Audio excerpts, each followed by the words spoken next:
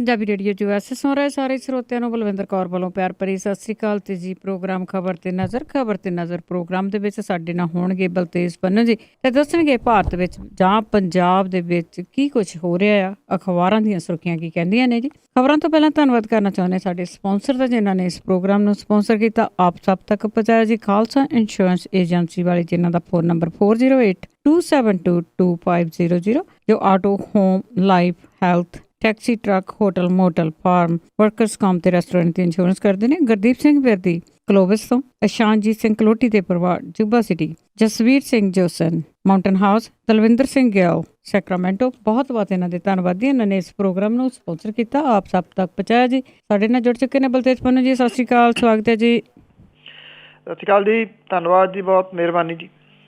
ਅਤੇ ਜੀ ਸਭ ਤੋਂ ਪਹਿਲਾਂ ਆਪਾਂ ਜੈ ਲਲਿਤਾ ਦੀ ਗੱਲ ਕਰਦੇ ਹਾਂ। ਉਹ ਇਸ ਦੁਨੀਆ ਨੂੰ ਜਿਹੜੀ ਆ ਅਲਵਿਦਾ ਕਹਿ ਗਏ ਨੇ, ਉਹਨਾਂ ਦਾ ਦੇਹਾਂਤ ਹੋ ਗਿਆ ਜੀ। ਪਿਛਲੇ ਤਕਰੀਬਨ 74 ਦਿਨਾਂ ਤੋਂ ਹਸਪੀਟਲ ਦੇ ਵਿੱਚ ਜੇਰੇ ਇਲਾਜ ਸੀ ਜੀ ਤਾਮਿਲਨਾਡੂ ਦੀ ਮੁੱਖ ਮੰਤਰੀ ਜੈ ਲਲਿਤਾ। ਔਰ ਕੱਲ ਸ਼ਾਮ ਹੁੰਦੇ ਆ ਇੱਥੇ ਭਾਰਤੀ ਸਮੇਂ ਦੇ ਮੁਤਾਬਕ ਇੱਕ ਵਾਰੀ ਤਾਂ ਇਹ ਜਿਹੜਾ ਜੀ ਰੌਲਾ ਰੱਪਾ ਪੈ ਗਿਆ ਕਿ ਜੈ ਲਲਿਤਾ ਦੀ ਡੈਥ ਜਿਹੜੀ ਆ ਜੀ ਉਹ ਹੋ ਗਈ ਆ। ਝੰਡੇ ਜਿਹੜੇ ਸੀ ਉਹ ਝੁਕਾ ਦਿੱਤੇ ਗਏ, ਪਰ ਬਾਅਦ ਦੇ ਵਿੱਚ ਇਹ ਕਿਹਾ ਗਿਆ ਜੀ ਕਿ ਇਹ ਅਫਵਾਹ ਆ ਤੇ ਝੰਡੇ ਜਿਹੜੇ ਸੀ ਉਹ ਅੱਪ ਕਰ ਦਿੱਤੇ ਗਏ। ਔਰ ਤਕਰੀਬਨ ਜਿਹੜਾ ਜੀ ਦੇਰ ਰਾਤ ਤੱਕ ਮੀਟਿੰਗ ਜਿਹੜੀਆਂ ਸੀਗੀਆਂ AIADMK ਦੀਆਂ ਚੱਲਦੀਆਂ ਰਹੀਆਂ। ਔਰ ਇਸ ਮੀਟਿੰਗ ਦੇ ਵਿੱਚ ਉਹ ਪਨੀਰ ਸੇਲਵਮ ਜਿਹੜਾ ਜੀ ਉਹਨੂੰ ਪਾਰਟੀ ਦਾ ਨਵਾਂ ਮੁਖੀ ਥਾਪਿਆ ਗਿਆ ਤੇ ਮੁੱਖ ਮੰਤਰੀ ਦੇ ਵਜੋਂ ਉਹਨੇ ਸਹੁੰ ਜਿਹੜੀ ਸੀ ਉਹ ਚੁੱਕ ਲਈ। ਉਦੋਂ ਬਾਅਦ ਇਹ ਐਲਾਨ ਜਿਹੜਾ ਜੀ ਉਹ ਕੀਤਾ ਗਿਆ ਕਿ ਜੈ ਲਲਿਤਾ ਦਾ ਦੇਹਾਂਤ ਜਿਹੜਾ ਜੀ ਉਹ ਹੋ ਗਿਆ। ਔਰ 68 ਸਾਲਾਂ ਦੀ ਜੈ ਲਲਿਤਾ ਪਹਿਲਾਂ ਫਿਲਮਾਂ ਦੇ ਵਿੱਚ ਜਿਹੜੀ ਜੀ ਉਹ ਸਰਗਰਮ ਰਹੀ, ਉਸ ਤੋਂ ਬਾਅਦ ਤਾਮਿਲਨਾਡੂ ਦੀ ਰਾਜਨੀਤੀ ਦੇ ਵਿੱਚ ਆਈ। ਬੜੇ ਉਤਰਾਅ ਚੜਾਅ ਜਿਹੜੇ ਜੀ ਉਹਦੇ ਰਾਜਨੀਤਿਕ ਸਫ਼ਰ ਦੇ ਵਿੱਚ ਆਉਂਦੇ ਰਹੇ। ਮਹਾ ਕਰਪਸ਼ਨ ਦੇ ਦੋਸ਼ ਵੀ ਉਹਦੇ ਉੱਤੇ ਲੱਗੇ, ਬਹੁਤਿਆਂ ਦੇ ਵਿੱਚੋਂ ਉਹ ਬਰੀ ਹੋ ਕੇ ਜਿਹੜਾ ਜੀ ਉਹ ਸਾਹਮਣੇ ਆਉਂਦੀ ਰਹੀ। ਹਾਲਾਤ ਇੱਕ ਵਾਰੀ ਇਹ ਬਣ ਗਏ ਕਿ ਵਿਧਾਨ ਸਭਾ ਦੇ ਵਿੱਚ ਉਹਦਾ ਕੁੱਟ ਕਟਾਪਾ ਹੋ ਗਿਆ। ਬਾਹਰ ਆ ਕੇ ਉਹਨੇ ਸਹੁੰ ਖਾ ਲਈ ਕਿ ਮੈਂ ਹੁਣ ਵਿਧਾਨ ਸਭਾ ਦੇ ਵਿੱਚ ਮੁੱਖ ਮੰਤਰੀ ਬਣ ਕੇ ਵੜੂੰਗੀ ਤੇ ਵੱਡੀ ਜਿੱਤ ਜਿਹੜੀ ਸੀ ਉਹ ਹਾਸਲ ਕੀਤੀ। ਭਾਰਤ ਦੇ ਜਿਹੜੇ ਕੁਛ ਇੱਕ ਰਾਜਨੀਤਿਕ ਲੋਕ ਨੇ ਜਿਨ੍ਹਾਂ ਦੇ ਵਿੱਚੋਂ ਇੱਕ ਜੈ ਲਲਿਤਾ ਹੈ, ਜਿਹਨੂੰ ਉਹਦੇ ਸੂਬੇ ਤਾਮਿਲਨਾਡੂ ਦੇ ਵਿੱਚ ਲੋਕ ਜਿਹੜੇ ਆ ਜੀ ਉਹ ਪੂਜਦੇ ਆ ਔਰ ਉਹਨੂੰ ਅੰਮਾ ਕਹਿ ਕੇ ਜਿਹੜਾ ਜੀ ਉਹ ਸੰਬੋਧਨ ਕਰਦੇ ਨੇ। ਜਿਹੜੇ ਮੈਂਬਰ ਪਾਰਲੀਮੈਂਟ ਨੇ ਜੀ AIADMK ਦੇ, ਉਹਨਾਂ ਦੀ ਜਿਹੜਾ ਕੁਰਤਾ ਪਾਇਆ ਹੁੰਦਾ ਉਹਦੇ ਉੱਤੇ ਜਿਹੜੀ ਜੇਬ ਲੱਗੀ ਆ ਉਹ ਪਤਲੇ ਕੱਪੜੇ ਦੇ ਨਾਲ ਲਾਈ ਜਾਂਦੀ ਆ, ਕਿਉਂਕਿ ਉਹਦੇ ਵਿੱਚ ਜਿਹੜੀ ਫੋਟੋ ਸੀਗੀ ਉਹ ਜੈ ਲਲਿਤਾ ਦੀ ਦਿਸਦੀ ਰਹਿਣੀ ਚਾਹੀਦੀ ਸੀ ਸਾਹਮਣੇ ਵਾਲੇ ਨੂੰ। ਇਸ ਤਰ੍ਹਾਂ ਦੀਆਂ ਜਿਹੜੀਆਂ ਚੀਜ਼ਾਂ ਸੀਗੀਆਂ ਜੀ ਉਹਨੇ ਪੋਲੀਟਿਕਸ ਦੇ ਵਿੱਚ ਲਿਆਂਦੀਆਂ। ਹਾਂ, ਇਹ ਜਿਹੜੀ ਗੱਲ ਜ਼ਰੂਰ ਰਹੀ ਕਿ ਜੈ ਲਲਿਤਾ ਨੇ ਆਪਣਾ ਅੱਗੋਂ ਜਿਹੜਾ ਜੀ ਸੰਭਾਲਣ ਵਾਲਾ ਉਹਦਾ ਗੱਦੀ ਨਸ਼ੀਨ ਸੀ ਉਹਨੂੰ ਕਿਸੇ ਨੂੰ ਉੱਭਰਨ ਨਹੀਂ ਦਿੱਤਾ। ਇਹਦੇ ਨਾਲ ਤਾਮਿਲਨਾਡੂ ਦੇ ਵਿੱਚ AIADMK ਦੀ ਜਿਹੜੀ ਪਾਰਟੀ ਜਿਹੜੀ ਹੈ ਜੀ ਉਹਦੇ ਵਿੱਚ ਇੱਕ ਰਾਜਨੀਤਿਕ ਖਲਾਤ ਹੈ ਇੱਕ ਕਿਸਮ ਦੇ ਨਾਲ ਜਿਹੜਾ ਜੀ ਉਹ ਪੈਦਾ ਹੋ ਜਾਊਗਾ ਕਿ ਉਹਦੇ ਕੱਦ ਬੁੱਤ ਦਾ ਕੋਈ ਆਗੂ ਇਸ ਪਾਰਟੀ ਦੇ ਵਿੱਚ ਹੋਰ ਕੋਈ ਹੈ ਨੀ ਗਾ। ਵੇਖਣਾ ਇਹ ਹੋਊਗਾ ਕਿ ਹੁਣ ਕਿੰਨੀ ਦੇਰ ਤੱਕ ਇਹ ਜਿਹੜੀ ਪਾਰਟੀ ਹੈ ਜੀ ਉੱਥੇ ਸਰਵਾਈਵ ਕਰੂਗੀ ਜਿਸ ਜਗ੍ਹਾ ਦੇ ਉੱਤੇ ਜੈ ਲਲਿਤਾ ਨੇ ਇਸ ਪਾਰਟੀ ਨੂੰ ਪਹੁੰਚਾਇਆ ਸੀ। ਅੱਛਾ ਜੀ, ਅੱਗੇ ਆਪਾਂ ਗੱਲ ਕਰਦੇ ਹਾਂ ਨੋਟਬੰਦੀ ਨੂੰ ਲੈ ਕੇ ਸੰਸਦ ਬੰਦੀ ਅਜੇ ਵੀ ਜਾਰੀ। ਇਹ ਦੇਖੋ ਜੀ ਅੜਿੱਕਾ ਜਿਹੜਾ ਉਹ ਜਿਉਂ ਦਾ ਤਿਉਂ ਜਾਰੀ ਹੈ। ਦੋਵਾਂ ਸਦਨਾਂ ਦੇ ਵਿੱਚ, ਲੋਕ ਸਭਾ ਤੇ ਰਾਜ ਸਭਾ ਦੇ ਵਿੱਚ ਨੋਟਬੰਦੀ ਵਾਲਾ ਮੁੱਦਾ ਜਿਹੜਾ ਜੀ ਉਹ ਚੱਲੀ ਜਾਂਦਾ। ਕੋਈ ਕੰਮਕਾਜ ਜਿਹੜਾ ਜੀ ਉਹ ਸਿਰੇ ਨਹੀਂ ਚੜ ਰਿਹਾ। ਦੋਵੇਂ ਸਦਨਾਂ ਦੀ ਕਾਰਵਾਈ ਜਿਹੜੀ ਹੈ ਜੀ ਉਹ ਮੁਅੱਤਲ ਕਰਨੀ ਪਈ ਹੈ। ਜਿਹੜੇ ਨਿਯਮਾਂ ਸੰਬੰਧੀ ਅੜਿੱਕਾ ਜਿਹੜਾ ਜੀ ਉਹ ਕਾਇਮ ਰਿਹਾ। ਸਰਕਾਰ ਕਹਿੰਦੀ ਹੈ ਕਿ ਉਹ ਮੈਂਬਰਾਂ ਦੇ ਸੁਝਾਵਾਂ ਨੂੰ ਸੁਣਨ ਲਈ ਤਿਆਰ ਹੈ ਤਾਂ ਕਿ ਨੋਟਬੰਦੀ ਲਾਗੂ ਕੀਤੇ ਜਾਣ ਦੌਰਾਨ ਜੇ ਕੋਈ ਖਾਮੀ ਰਹਿ ਗਈ ਹੈ ਤਾਂ ਉਹਨੂੰ ਦਰੁਸਤ ਕੀਤਾ ਜਾਵੇ। ਗ੍ਰਹਿ ਮੰਤਰੀ ਜਿਹੜੇ ਨੇ ਜੀ ਉਹ ਕਹਿੰਦੇ ਕਿ ਬਹਿਸ ਕਿਸ ਨਿਯਮ ਦੇ ਤਹਿਤ ਕਰਵਾਈ ਜਾਵੇ, ਇਹਦਾ ਫੈਸਲਾ ਸੁਮਿਤਰਾ ਮਹਾਜਨ ਤੇ ਛੱਡ ਦਿੱਤਾ ਜਾਵੇ। ਵਿਰੋਧੀ ਧਿਰ ਆਪਣੀ ਜਿਹੜੀ ਮੰਗ ਆ ਜੀ ਉਹਦੇ ਉੱਤੇ ਡਟੀ ਹੋਈ ਆ। ਉਹ ਕਹਿੰਦੀ ਆ ਕਿ ਧਾਰਾ 184 ਦੇ ਤਹਿਤ, ਨਿਯਮ 184 ਦੇ ਤਹਿਤ ਜਿਹੜੀ ਆ ਜੀ ਇਹ ਬਹਿਸ ਹੋਣੀ ਚਾਹੀਦੀ ਆ। ਜੇ 184 ਦੇ ਤਹਿਤ ਬਹਿਸ ਜਿਹੜੀ ਹੁੰਦੀ ਆ ਤੇ ਇਹਦੇ ਵਿੱਚ ਇਹ ਆ ਜੀ ਪ੍ਰੋਵੀਜ਼ਨ ਕਿ ਇਸ ਤੋਂ ਬਾਅਦ ਵੋਟਿੰਗ ਹੁੰਦੀ ਆ। ਸਰਕਾਰ ਜਿਹੜੀ ਆ ਜੀ ਉਹ ਵੋਟਿੰਗ ਤੋਂ ਭੱਜ ਰਹੀ ਆ ਕਿ ਵੋਟਿੰਗ ਜਿਹੜੀ ਆ ਉਹ ਨਹੀਂ ਹੋਣੀ ਚਾਹੀਦੀ। ਉਹ ਗੱਲ ਤਾਂ ਸੁਣਨ ਦੇ ਵਾਸਤੇ ਤਿਆਰ ਹੈ ਪਰ ਬਹਿਸ ਦੇ ਵਾਸਤੇ ਤਿਆਰ ਨਹੀਂ ਤੇ ਬਹਿਸ ਤੋਂ ਬਾਅਦ ਜਿਹੜਾ ਜੀ ਉਹ ਵੋਟਿੰਗ ਵਾਸਤੇ ਤਿਆਰ ਨਹੀਂ, ਸ਼ਾਇਦ ਜਿਹੜੀ ਸਰਕਾਰ ਹੈ ਉਹਨੂੰ ਇਸ ਗੱਲ ਦਾ ਅਹਿਸਾਸ ਹੈ ਕਿ ਜੇ ਵੋਟਿੰਗ ਹੁੰਦੀ ਆ ਤੇ ਵੋਟਿੰਗ ਉਹਦੇ ਸਰਕਾਰ ਦੇ ਜਿਹੜਾ ਦੀ ਵਿਰੋਧ ਦੇ ਵਿੱਚ ਜਾਊਗੀ। ਸਮੁੱਚੀਆਂ ਵਿਰੋਧੀ ਧਿਰਾਂ ਜਿਹੜੀਆਂ ਦੀ ਉਹ ਇਕਜੁੱਟ ਹੋ ਕੇ ਵੋਟਿੰਗ ਜਿਹੜਾ ਉਹ ਕਰਕੇ ਸਰਕਾਰ ਦੇ ਵਾਸਤੇ ਨਵੇਂ ਬਖੇੜੇ ਜਿਹੜੇ ਆ ਜੀ ਉਹ ਖੜੇ ਕਰ ਸਕਦੀਆਂ ਨੇ, ਜਿਹਦੇ ਕਰਕੇ ਸਰਕਾਰ ਜਿਹੜੀ ਹੈ ਜੀ ਉਹ ਕਿਸੇ ਨਾ ਕਿਸੇ ਤਰੀਕੇ ਦੇ ਨਾਲ, ਬੇਸ਼ੱਕ ਇਹ ਸਾਰਾ ਸਦਨ ਜਿਹੜਾ ਜੀ ਇਸ ਨੋਟਬੰਦੀ ਦੀ ਭੇਟ ਕਿਉਂ ਨਾ ਚੜ੍ਹ ਜਾਵੇ, ਉਹ ਇਹਦੇ ਵਾਸਤੇ ਜਿਹੜਾ ਜੀ ਤਿਆਰ ਹੈ। ਪਰ ਜਿਹੜਾ ਨਿਯਮ 184 ਹੈ ਉਹਦੇ ਤਹਿਤ ਅਜੇ ਤੱਕ ਬਹਿਸ ਦੇ ਵਾਸਤੇ ਤਿਆਰ ਜਿਹੜੀ ਉਹ ਨਹੀਂ ਹੋ ਰਹੀ ਜੀ। ਜੀ ਤੇ ਅੱਗੇ ਆਪਾਂ ਗੱਲ ਕਰਦੇ ਜੀ ਆਮ ਆਦਮੀ ਪਾਰਟੀ ਦੀ 6ਵੀਂ ਸੂਚੀ ਤੋਂ ਬਾਅਦ ਪਾਰਟੀ ਦੇ ਵਿੱਚ ਜਿਹੜੀਆਂ ਬਗਾਵਤੀ ਸੁਰਾਂ ਆ ਕੁਛ ਤੇਜ਼ ਜੀ ਐਕਚੁਅਲੀ ਕੁਝ ਥਾਵਾਂ ਤੋਂ ਬਾਗੀ ਸੁਰਾਂ ਜਿਹੜੀਆਂ ਜੀ ਉਹ ਉੱਚੀਆਂ ਹੋਈਆਂ ਨੇ। ਜਿਹੜੀ ਜਲੰਧਰ ਛਾਉਣੀ ਵਾਲੀ ਸੀਟ ਹੈ ਜੀ, ਇੱਥੋਂ ਜਿਹੜੀ ਇੱਕ ਫਾਈਨੈਂਸਰ ਨੂੰ ਜਿਹੜੀ ਉਹ ਦਿੱਤੀ ਗਈ ਹੈ। ਉਦੋਂ ਬਾਅਦ ਜਿਹੜੀ ਗੋਲਡਨ ਗਰਲ ਦੇ ਤੌਰ ਦੇ ਉੱਤੇ ਜਾਣੀ ਜਾਂਦੀ ਹਾਕੀ ਦੀ ਸਾਬਕਾ ਖਿਡਾਰਨ ਰਾਜਵੀਰ ਕੌਰ ਜਿਹੜੀ ਹੈ ਜੀ, ਉਹਨੇ ਬਾਗੀ ਸੁਰਾਂ ਜਿਹੜੀਆਂ ਜੀ ਉਹ ਅਪਣਾਈਆਂ ਨੇ। ਇਸ ਰਾਜਵੀਰ ਕੌਰ ਦਾ ਇਹ ਕਹਿਣਾ ਹੈ ਕਿ ਉਹ ਆਮ ਆਦਮੀ ਪਾਰਟੀ ਦੇ ਵਿੱਚ ਇਸ ਕਰਕੇ ਆਈ ਸੀਗੀ, ਉਹਨੂੰ ਲੱਗਦਾ ਸੀਗਾ ਕਿ ਸਿਆਸਤ ਜਿਹੜੀ ਹੈ ਜੀ ਉਹ ਸੁਥਰੇ ਲੋਕਾਂ ਦੇ ਵੱਲੋਂ ਸੁਥਰੇ ਤਰੀਕੇ ਦੇ ਨਾਲ ਜਿਹੜੀ ਆ ਉਹ ਹੋਣੀ ਚਾਹੀਦੀ ਆ। ਹੁਣ ਜਿਹੜੀ ਰਾਜਵੀਰ ਕੌਰ ਹੈ ਜੀ ਉਹ ਇਹ ਕਹਿੰਦੀ ਆ ਕਿ ਉੱਥੇ ਜਿਹੜੀ ਚੰਗੇ ਬੰਦੇ ਦੀ ਕੋਈ ਪਛਾਣ ਨਹੀਂ ਗੀ ਤੇ ਸਿਫਾਰਿਸ਼ ਵਾਲੇ ਜਿਹੜੇ ਆ ਜੀ ਉਹ ਟਿਕਟਾਂ ਲੈ ਗਏ। ਰਾਜਵੀਰ ਕੌਰ ਦਾ ਇਹ ਕਹਿਣਾ ਹੈ ਕਿ ਆਮ ਆਦਮੀ ਪਾਰਟੀ ਦੇ ਵਿੱਚ ਆਉਣ ਦਾ ਖਮਿਆਜ਼ਾ ਜਿਹੜਾ ਜੀ ਉਹਨੇ ਭੁਗਤਿਆ। ਉਹ ਕਹਿੰਦੀ ਕਿ ਮੇਰੇ ਪਤੀ ਨੂੰ ਜਿਹੜਾ ਕਿ SP ਰੈਂਕ ਦੇ ਉੱਤੇ ਸੀਗੇ ਗੁਰਮੇਲ ਸਿੰਘ, ਉਹਨੂੰ ਜਬਰੀ ਰਿਟਾਇਰ ਕਰ ਦਿੱਤਾ ਗਿਆ ਸੀਗਾ ਸਰਕਾਰ ਦੇ ਵੱਲੋਂ, ਕਿਉਂਕਿ ਮੈਂ ਆਮ ਆਦਮੀ ਪਾਰਟੀ ਜਿਹੜੀ ਹੈ ਜੀ ਉਹ ਜੁਆਇਨ ਕਰ ਲਈ ਸੀਗੀ। ਉਹ ਕਹਿੰਦੀ ਜੀ ਕਿ ਮੇਰੇ ਉੱਤੇ ਇੰਨੀ ਜਿਹੜੀ ਮੁਸੀਬਤ ਆਈ ਇਸ ਪਾਰਟੀ ਦੇ ਵਿੱਚ ਜਾਣ ਕਰਕੇ, ਹੁਣ ਜਦੋਂ ਮੈਨੂੰ ਟਿਕਟ ਦੀ ਗੱਲ ਸੀ, ਮੈਂ MLA ਬਣਨਾ ਸੀਗਾ ਤੇ ਇਹ ਜਿਹੜੀ ਹੈ ਜੀ ਟਿਕਟ ਮੈਨੂੰ ਨਹੀਂ ਦਿੱਤੀ ਗਈ ਔਰ ਟਿਕਟ ਦੂਜੇ ਨੂੰ ਦੇ ਦਿੱਤੀ ਗਈ। ਇਸ ਕਰਕੇ ਉਹ ਬਾਗੀ ਸੁਰਾਂ ਜਿਹੜੀਆਂ ਜੀ ਉਹ ਅਪਣਾ ਰਹੀ ਹੈ। ਸੰਗਰੂਰ ਜਿਹੜਾ ਵਿਧਾਨ ਸਭਾ ਹਲਕਾ ਹੈ ਜੀ, ਉੱਥੋਂ ਵੀ ਇਹ ਬਾਗੀ ਸੁਰਾਂ ਜਿਹੜੀਆਂ ਜੀ ਉਹ ਉੱਠ ਕੇ ਸਾਹਮਣੇ ਆ ਰਹੀਆਂ ਨੇ। ਸੰਗਰੂਰ ਵਿਧਾਨ ਸਭਾ ਹਲਕੇ ਤੋਂ ਦਿਨੇਸ਼ ਬਾਂਸਲ ਨੂੰ ਟਿਕਟ ਜਿਹੜੀ ਹੈ ਜੀ ਉਹ ਦਿੱਤੀ ਗਈ ਆ। ਇੱਥੇ ਟਿਕਟ ਦੇ ਦਾਅਵੇਦਾਰ ਹੀ ਬੜੇ ਸਨ ਜੀ, ਤਕਰੀਬਨ 10 ਦੇ ਕਰੀਬ ਹੋਰ ਜਿਹੜੇ ਦਾਅਵੇਦਾਰ ਸਨ।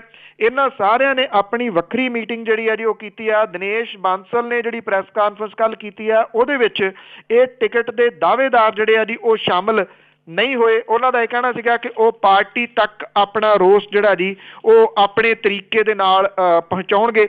ਸੋ ਇਹ ਜਿਹੜੀਆਂ 2 ਸੀਟਾਂ ਤੋਂ ਜਿਹੜੀ ਹੈ ਜੀ ਬਗਾਵਤ ਉਹ ਵੱਡੇ ਪੱਧਰ ਦੇ ਉੱਤੇ ਉੱਠੀ ਆ ਪਿਛਲੀ ਜਿਹੜੀ 6ਵੀਂ ਸੂਚੀ ਆਈ ਸੀਗੀ ਜੀ ਉਹਦੇ ਤੋਂ ਬਾਅਦ। ਬਿਲਕੁਲ ਜੀ, ਬਾਗੀ ਸੁਰਾਂ ਤੇ ਹੁਣ ਕਾਫੀ ਖਲਬਲੀ ਮਚੀ ਹੋਈ ਆ। ਜਿਹੜੀਆਂ ਵੋਟਾਂ ਦੇ ਚਾਹਵਾਨ ਹੈਗੇ ਆ ਜੀ, ਸਾਨੂੰ ਟਿਕਟ ਮਿਲੇ, ਸਾਨੂੰ ਟਿਕਟ ਮਿਲੇ। ਇਸੇ ਤਰ੍ਹਾਂ ਆਪਾਂ ਅਕਾਲੀ ਦਲ ਦੇ ਸ਼ੇਰ ਸਿੰਘ ਘਬਾਇਆ ਦੀ ਗੱਲ ਕਰੀਏ, ਉਹ ਵੀ ਕਹਿੰਦੇ ਅਕਾਲੀ ਦਲ ਦੇ ਵਿੱਚੋਂ ਉੱਡ ਕੇ ਪੰਜੇ ਤੇ ਬੈਠਣਗੇ। ਐਕਚੁਅਲੀ ਜੀ ਇਸ ਖਬਰ ਨੇ, ਜਿਹੜਾ ਤੁਸੀਂ ਕਹੋ ਕਿ ਜਿਹੜੀ ਸੱਤਾਧਾਰੀ ਧਿਰ ਹੈ ਅਕਾਲੀ ਦਲ, ਉਹਨੂੰ ਕੱਲ ਦਾ ਜਿਹੜਾ ਜੀ ਉਹ ਸੁੱਕਣੇ ਪਾਇਆ ਹੋਇਆ।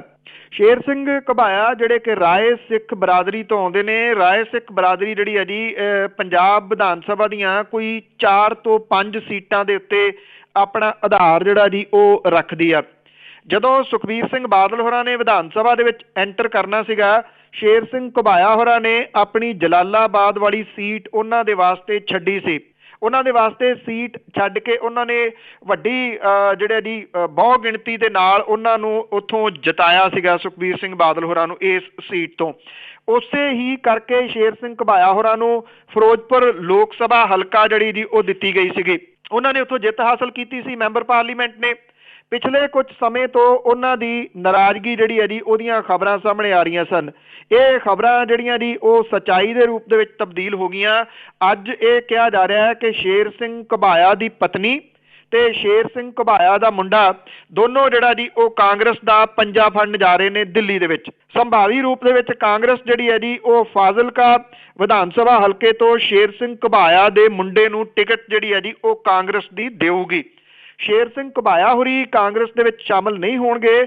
ਉਹਦਾ ਕਾਰਨ ਇਹ ਆ ਕਿ ਜੇ ਉਹ ਕਾਂਗਰਸ ਦੇ ਵਿੱਚ ਸ਼ਾਮਲ ਹੁੰਦੇ ਨੇ, ਕਿਉਂਕਿ ਉਹ ਮੈਂਬਰ ਪਾਰਲੀਮੈਂਟ ਅਕਾਲੀ ਦਲ ਦੀ ਤਰਫੋਂ ਨੇ, ਜੇ ਉਹ ਆਪ ਚਲੇ ਜਾਂਦੇ ਆ ਤਾਂ ਉਹਨਾਂ ਦੀ ਮੈਂਬਰ ਪਾਰਲੀਮੈਂਟਰੀ ਜਿਹੜੀ ਹੈ ਜੀ ਉਹ ਖੁੱਸ ਜਾਣੀ ਹੈ।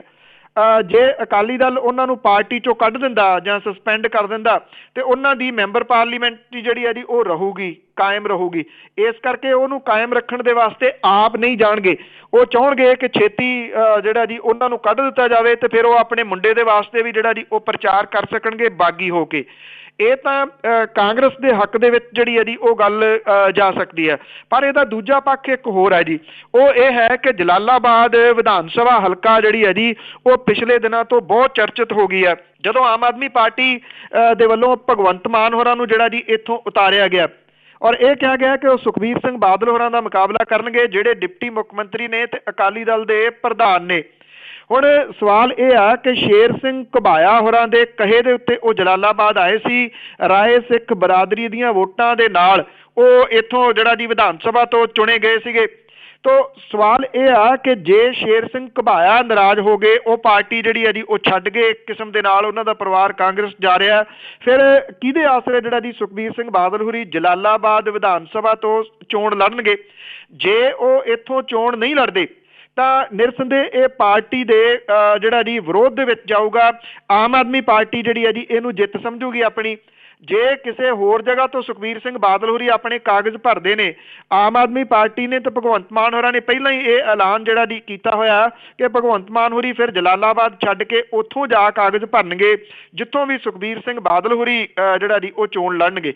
ਸੋ ਇਹ ਇੱਕ ਕਿਸਮ ਦੇ ਨਾਲ ਸ਼ੇਰ ਸਿੰਘ ਘੁਬਾਇਆ ਹੋਰਾਂ ਦੇ ਟਰਨ ਜਿਹੜਾ ਜੀ ਉਹ ਲੈਣ ਦੇ ਨਾਲ ਪੰਜਾਬ ਦੀ ਸਿਆਸਤ ਦੇ ਵਿੱਚ ਕਾਫੀ ਖਲਬਲੀ ਜਿਹੜੀ ਹੈ ਜੀ ਉਹ ਮਚੂਗੀ ਤੇ ਆਉਂਦੇ ਦਿਨਾਂ ਦੇ ਦੌਰਾਨ ਇਹ ਬੜਾ ਇੰਟਰਸਟਿੰਗਲੀ ਜਿਹੜਾ ਜੀ ਉਹ ਵੇਖਣਾ ਹੋਊਗਾ ਕਿ ਕੀ ਸੁਖਬੀਰ ਸਿੰਘ ਬਾਦਲ ਹੋਰੀ ਹੁਣ ਵੀ ਜਲਾਲਾਬਾਦ ਤੋਂ ਚੋਣ ਲੜਦੇ ਆ। ਜੇ ਨਹੀਂ ਲੜਦੇ ਤਾਂ ਫਿਰ ਉਹ ਕਿਹੜੀ ਸੀਟ ਨੂੰ ਚੁਣਦੇ ਨੇ ਤੇ ਉਦੋਂ ਬਾਅਦ ਫਿਰ ਭਗਵੰਤ ਮਾਨ ਹੋਰੀ ਕੀ ਉਸ ਸੀਟ ਦੇ ਉੱਤੇ ਜਾ ਕੇ ਕਿਸੇ ਹੋਰ ਕੈਂਡੀਡੇਟ ਨੂੰ ਹਟਾ ਕੇ ਉੱਥੇ ਉਹਨਾਂ ਦਾ ਪਾਰਟੀ ਜਿਹੜਾ ਜੀ ਉਹ ਭਰਾਉਂਦੀ ਹੈ। ਇਹ ਮੇਰਾ ਖਿਆਲ ਇਹ ਜਿਹੜੀ ਸੀਟ ਜਿੱਥੋਂ ਵੀ ਹੋਊਗੀ ਸੁਖਬੀਰ ਸਿੰਘ ਬਾਦਲ ਤੇ ਭਗਵੰਤ ਮਾਨ ਹੋਰਾਂ ਦੀ ਚੋਣ, ਇਹ ਪੰਜਾਬ ਦੇ ਵਿੱਚ ਬਹੁਤ ਚਰਚਿਤ ਸੀਟਾਂ ਦੇ ਵਿੱਚੋਂ ਇੱਕ ਸੀਟ ਜਿਹੜੀ ਹੈ ਜੀ ਉਹ ਜ਼ਰੂਰ ਬਣੂਗੀ। ਬਿਲਕੁਲ ਬਲਤੇਜ ਪੰਨੂ ਜੀ, ਜਿਸ ਤਰ੍ਹਾਂ ਇਹ ਲੀਡਰ ਹੈਗੇ ਆ, ਜਿਹੜਾ ਵਿਧਾਇਕ ਹੈਗੇ ਆ, ਇਹ ਆਪਣੇ ਇਲਾਕੇ ਚੇਂਜ ਕਰ ਰਹੇ ਆ, ਕੋਈ ਕਾਂਗਰਸ 'ਚ ਜਾ ਰਿਹਾ ਕਿਤਿਓਂ, ਕੋਈ ਪਾਰਟੀ ਚੇਂਜ ਕਰ ਰਿਹਾ, ਕੀ ਲੋਕ ਇਹਨਾਂ ਦੇ ਨਾਲ ਜੁੜੇ ਹੋਏ ਜਾਂ ਪਾਰਟੀਆਂ ਦੇ ਨਾਲ ਜੁੜੇ ਹੋਏ ਆ? ਐਕਚੁਅਲੀ ਇਹ ਜਿਹੜੀਆਂ ਰਵਾਇਤੀ ਪਾਰਟੀਆਂ ਨੇ ਨਾ ਜੀ, ਰਵਾਇਤੀ ਪਾਰਟੀਆਂ ਇਹੀ ਕੁਝ ਜਿਹੜੀਆਂ ਜੀ ਉਹ ਕਰਦੀਆਂ ਰਹੀਆਂ। ਹੁਣ ਮੰਨ ਲਓ ਜਿਹੜਾ ਪੁਆਇੰਟ ਇਹਦੇ ਵਿੱਚ ਸਾਹਮਣੇ ਸਭ ਤੋਂ ਵੱਧ ਜਿਹੜਾ ਜੀ ਆ ਰਿਹਾ ਉਹ ਇਹ ਆ ਰਿਹਾ ਕਿ ਰਾਏ ਸਿੱਖ ਬਰਾਦਰੀ ਦੇ ਨਾਲ ਸੰਬੰਧਿਤ ਨੇ ਸ਼ੇਰ ਸਿੰਘ ਘੁਬਾਇਆ। ਕਹਿੰਦੇ ਜੀ 5 ਸੀਟਾਂ ਦੇ ਉੱਤੇ ਉਹਨਾਂ ਦਾ ਆਧਾਰ ਹੈ।